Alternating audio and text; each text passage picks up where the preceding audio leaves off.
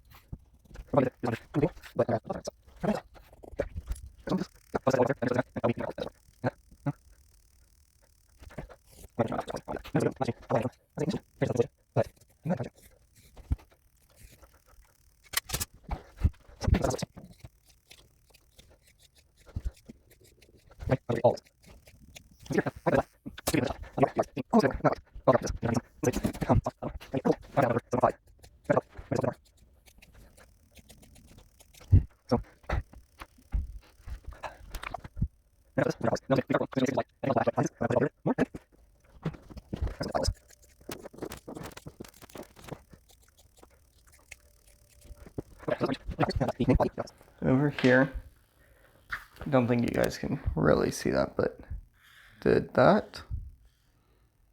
We did that. This I'm gonna make 5 inches.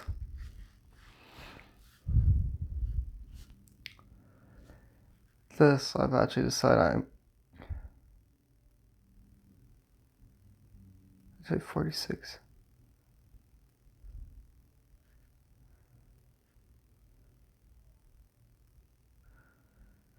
Yeah, I'll do like 43. No, I'll stick with the 45. Those will be horizontal draw chords.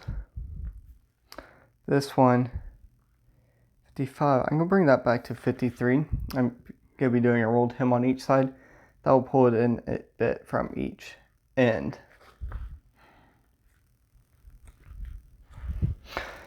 But other than that, like the looks of that. I'm going to go ahead and do draft color first. So that's going to be 2 43 by 5 inch pieces.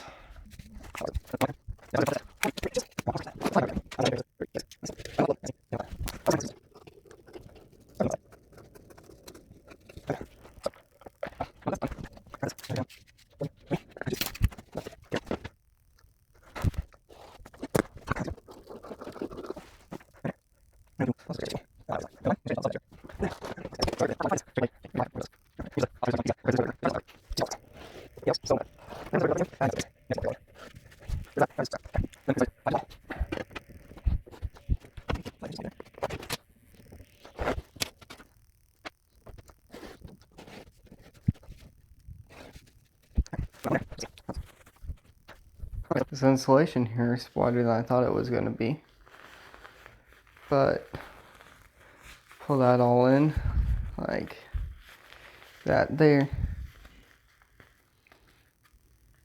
I don't think I'm going to stitch this insulation to the fabric like you would normally. I think I can just stuff it. Probably gonna stitch it to the ends, keep it from sliding down, but I don't think I'm gonna stitch it to here. Just shove it in and then stitch it off. And that's not a huge draft collar, but I think for the temperatures that this quilt will be seeing, that's gonna be really good. For like a heavy winter quilt, I'd want probably twice that size.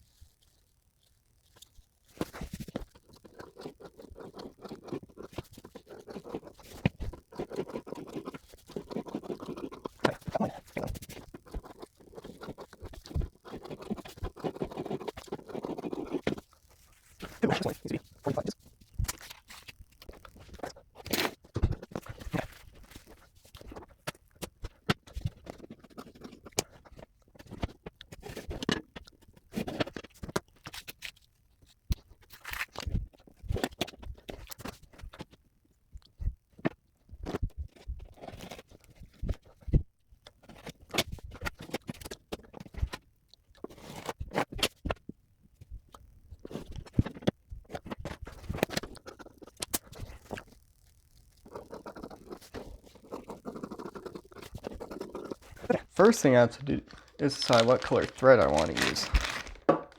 Definitely not going to be using blue. But I have this gray and black. Wondering how the gray would look versus the black. I think I'm going to do the gray. Kind of blends in a bit better with it. So then I'm going to do a 1/2 inch rolled hem. I'm definitely going to need clips for this. Grab a few. Then on calendared fabric, like this, look for the shiny side.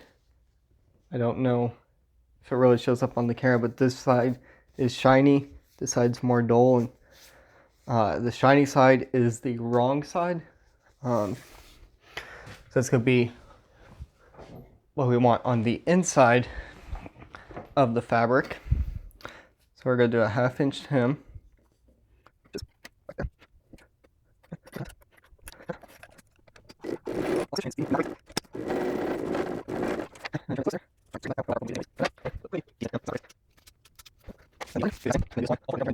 Okay, so I finished up the rolled hems on all 4 of the channels.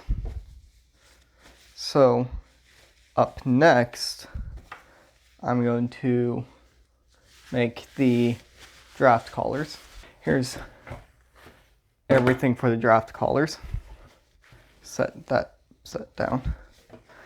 So what I'm going to start with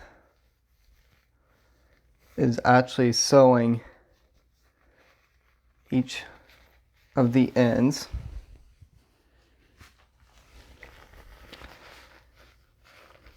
Hold on. Yes, I'm going to. Yeah. Okay. So the ends, like this. So it's sandwiched around. This side here is the inside of the fabric, the shiny side. So I'm going to sew the ends. So then when I invert it, it'll look kind of like that on the ends. From there, I'll go and push everything inside the channel and then sew the outside edge right along here.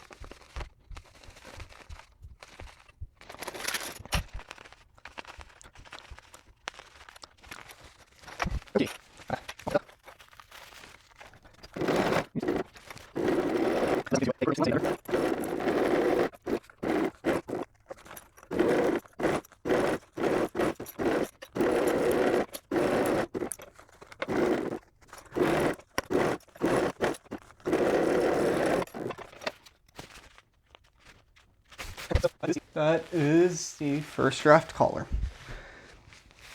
Got one more to do. I'm going to turn on the camera and do that one. Okay, so I've finished up both draft collars. I'm actually pretty happy with how they came out. We'll see how it is on the quilt. I probably should have made them a bit bigger, I think, but we'll see once it's on the quilt how it looks. It might be fine. And then I decide that for the end channels, I'm going to go ahead and sew them together. We'll just make everything easier as I'm getting everything ready, putting the entire quilt together. Okay, so now we're going to be putting the quilt pieces together. I'm not going to put the insulation on yet. I'm going to sew everything together, then sew the insulation on.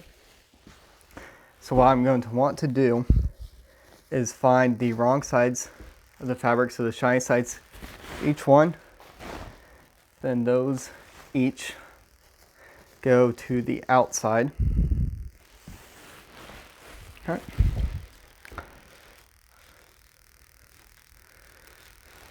Like so.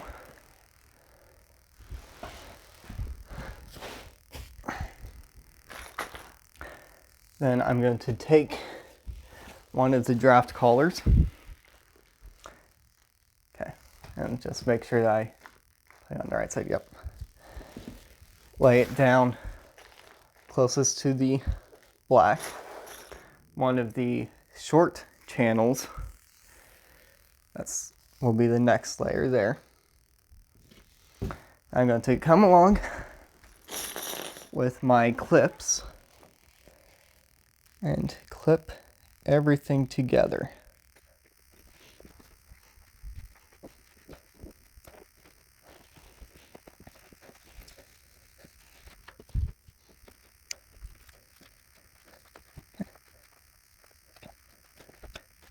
Just work way out.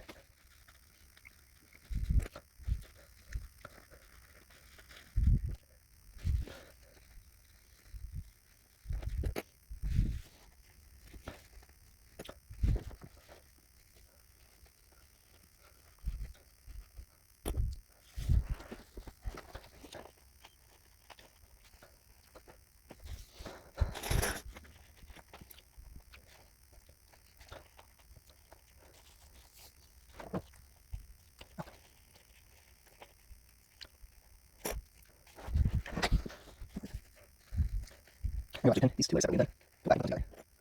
This will be a bit easier to do.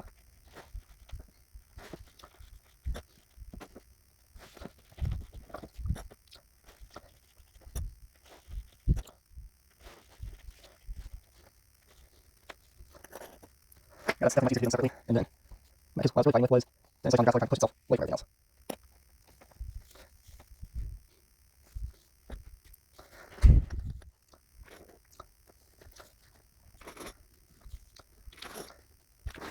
And now I can go here and easily clip everything together.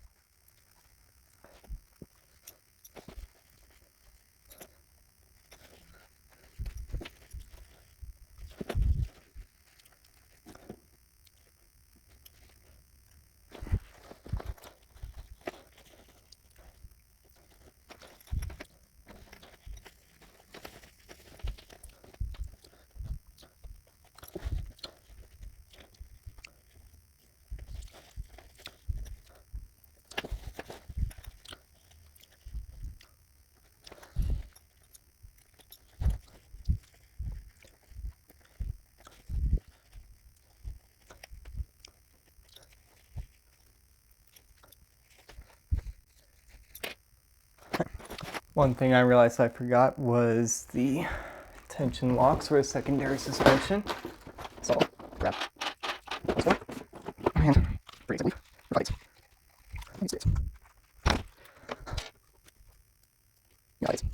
body software. These come out. Yeah, so let's see. So cut 4 pieces at 2 inches.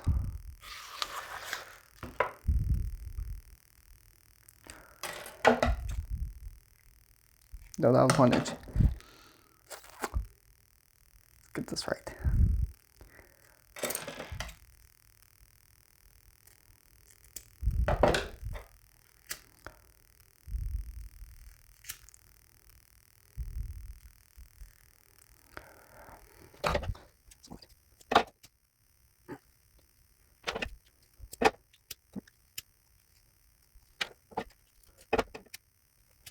Okay, let's do those.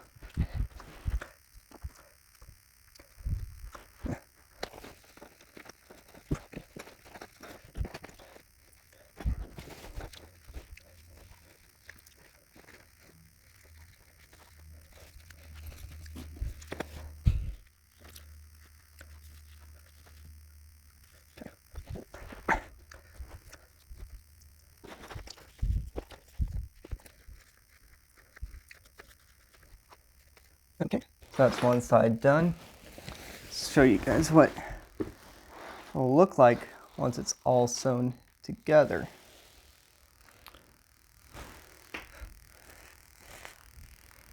So this will be the inside of the quilt. This here will be the outside. So I actually think I'm going to flip these over. I'll do that really quick.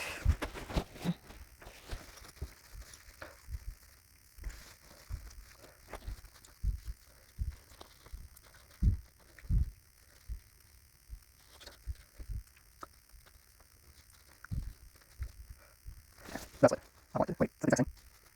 I put that in the exact same way. There we go. Actually, I'm going on the other side of here too.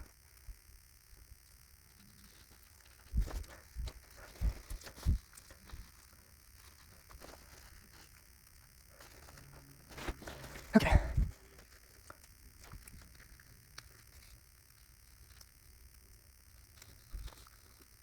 Okay, that's what it's actually going to look like. Now we're going to do the side, alongside. This will be much easier. So you don't have to color. Oh, me too. Pull it back.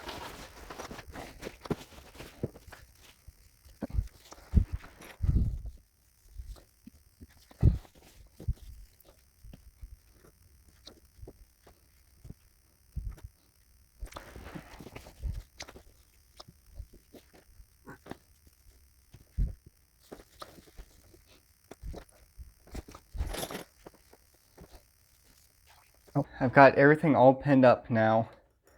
We're going to stitch it together. We need to leave about a 10 to 12 inch gap in order to turn the quilt inside out, which we'll sew up at the very end.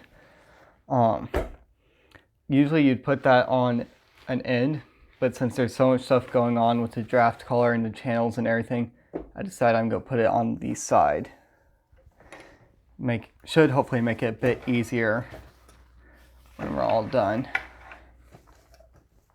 So I'm going to do a 3/8 seam allowance. I have my start and stop points marked with chalk.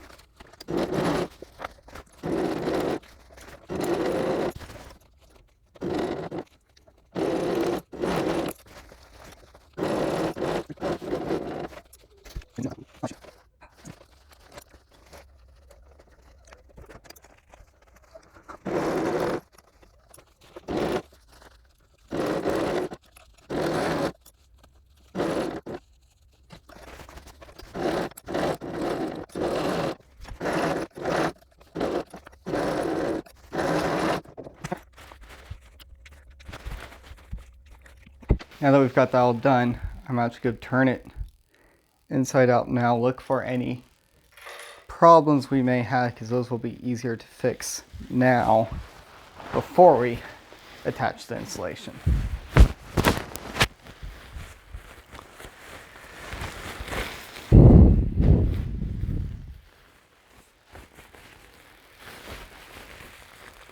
And well, there's a problem right there.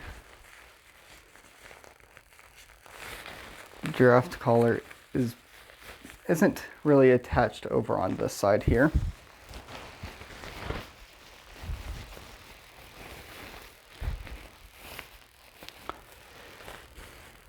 Yeah.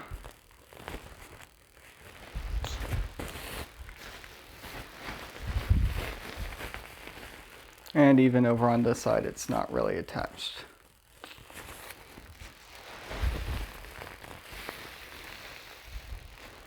Not as bad over on that side.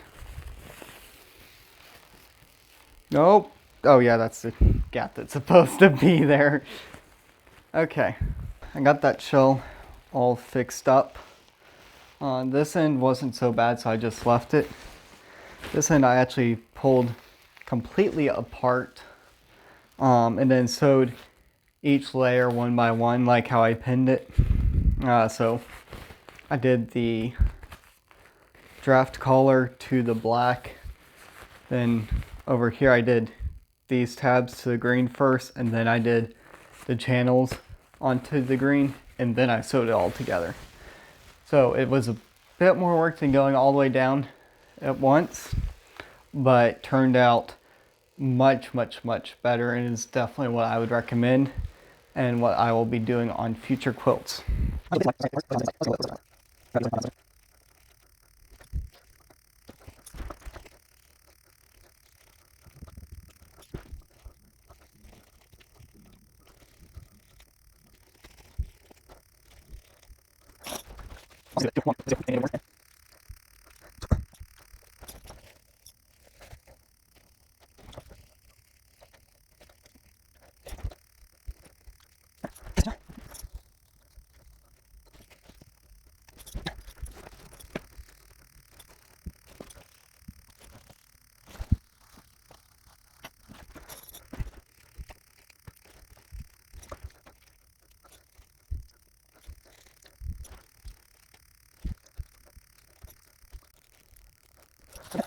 That's all clipped. I did leave the gap up here to turn it inside out. I did notice that the battery is flashing to me at the camera, so I go punch that, then we'll get to the sewing machine. So we're back at the sewing machine. So try and get everything all lined up.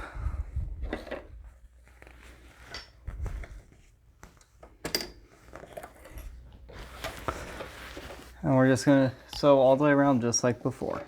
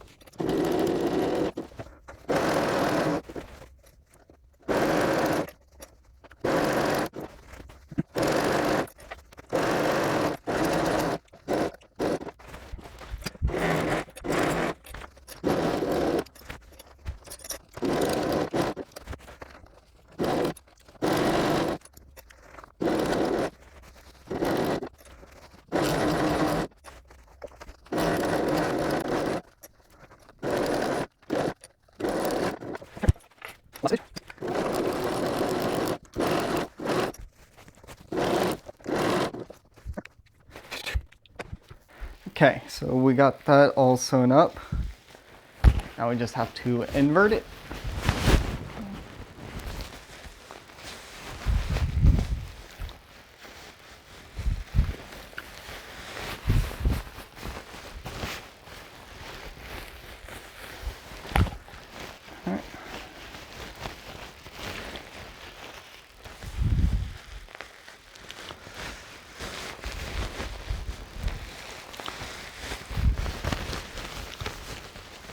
Push out the corners.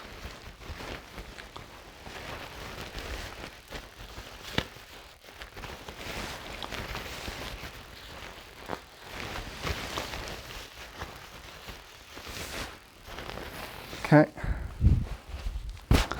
So we are almost done. Just have to close off this end, which that's going to be fun times. I'm going to try fold each of these over, go clip those each side that way, stick that down in, try and clip everything up to where it will work.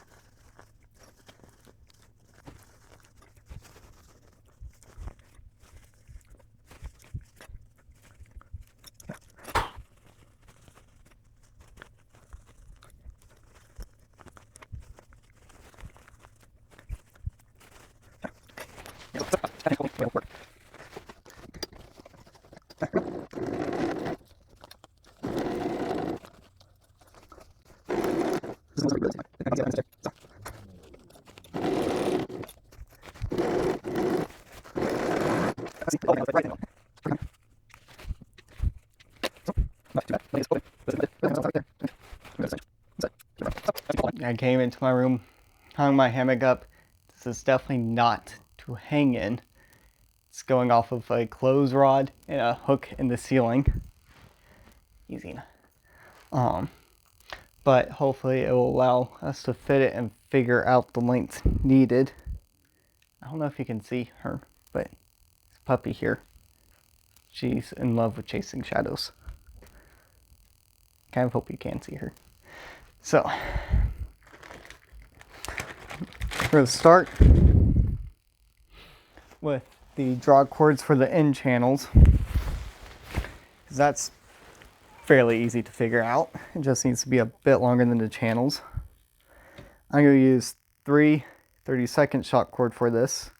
So it doesn't need to be very strong. That's too short of a piece. That's also way too short. Okay.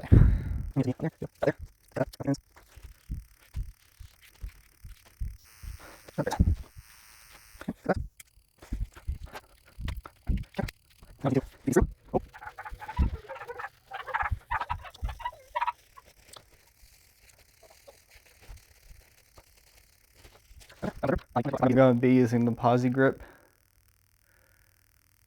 cord locks.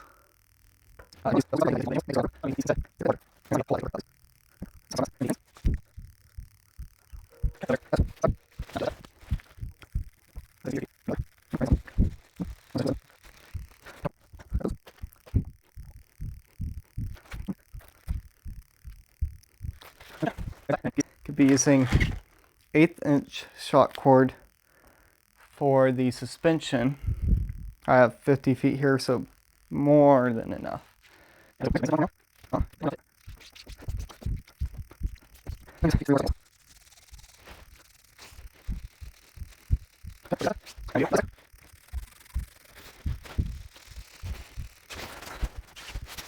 Got mini beaner here.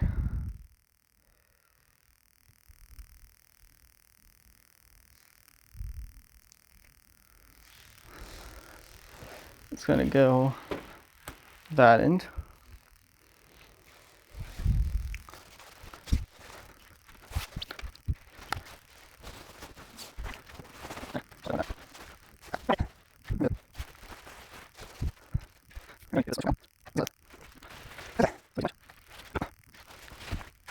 But since this isn't properly hung hammock either, I'm just going to leave it at that length there. Call that good.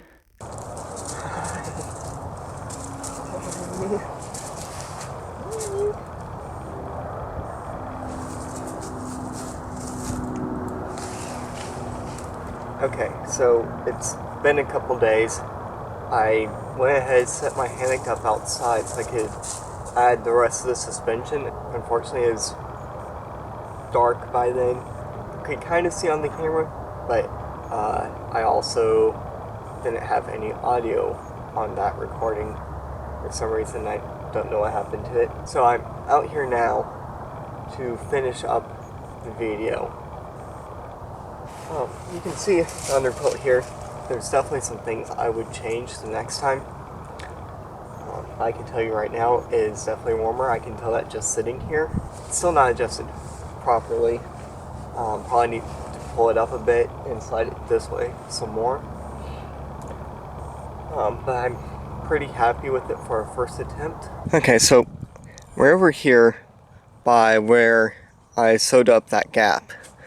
I would definitely change how I did this. You can't see it, but I can feel that the insulation didn't get sewn up here. So there's a bit of a gap there. Not that big of a deal. But what I would do different is I would attach this piece to the outer shell, and I would attach the insulation to probably this piece.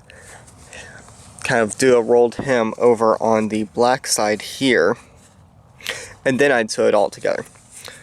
I think that's what I would do the next time. You would see more stitches here. The other thing I would change is down here with the secondary suspension. This, I think, should definitely be up closer to the primary. Maybe even have the grow grain attached to this channel here. One reason for that is I think it would help pull it tighter up here.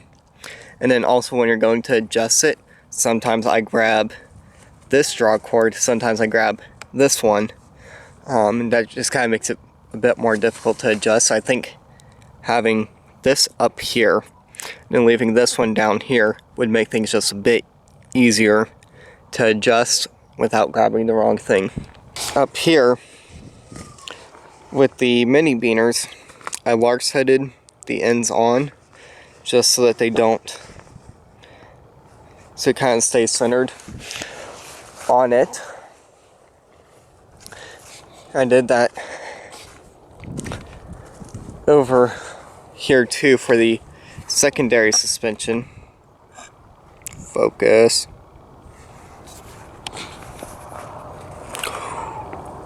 Focus.